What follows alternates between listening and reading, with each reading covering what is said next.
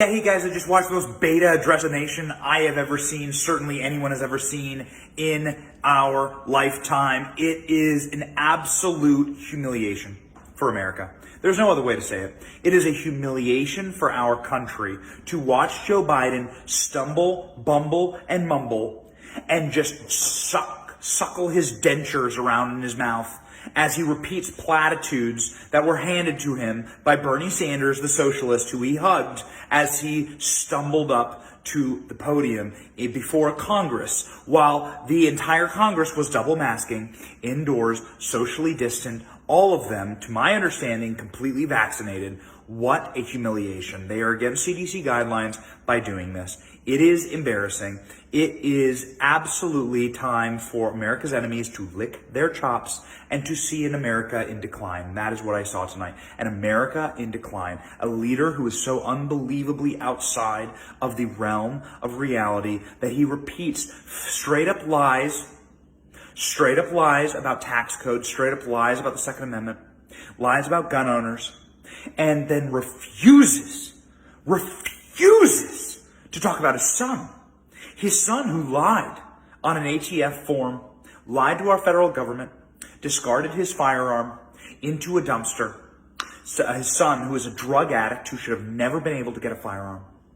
Joe Biden talks about gun reform but doesn't mention his son. Joe Biden talks about the existential threats to our country but doesn't mention the border. Does not talk about the border crisis. Does not talk about this in crisis. It's a humiliation. It's an embarrassment, and it's unserious. This is kabuki theater. These people are essentially the people who have caused every problem that we have in America today. The government is not the solution to our problems. The government is the problem. And Joe Biden has been in that government for damn near 50 years. And so what this was a guy who created every single problem we have today, everything from the border to the national debt. He's sitting there and complaining about the problems he created to the people who created those problems with him. People like Bernie Sanders and Chuck Schumer, who've been serving damn near as long. These people are jackasses. They deserve to be humiliated on the national stage. I will tell you this. I am about to play you some clips of Joe Biden humiliating himself tonight. Not being able to speak, not being able to say words, stumbling and bumbling, rolling around, the dentures in his mouth, unable to really pull together sentences, even though there are teleprompters in front of him that are the size of movie screens. But I'll tell you this, after watching tonight, this is the most important takeaway. While Joe Biden's inability to speak may be funny for some of you, the scary thing about tonight is that these people are in charge. These people have never been more disconnected, have never been more separate, have never been more unhinged from the American experience.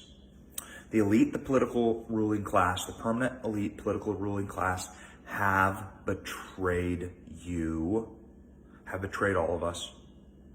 And they want you to watch as they perform virtue signaling theater, many of them double masking. And it is a humiliation to our country. It is an embarrassment to all of us. And it makes men like me pine for the days of Donald Trump, an imperfect man for an imperfect time, a man who at the very least was an honest man. This is a deeply, deeply sad thing. So I give you, without further ado, Joe Biden humiliating himself before the entire world with bumbles, stumbles, and lies.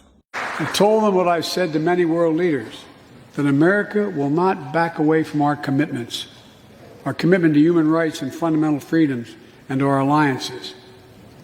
And I pointed out to him, no responsible American president could remain silent when basic human rights are being so blatantly violated.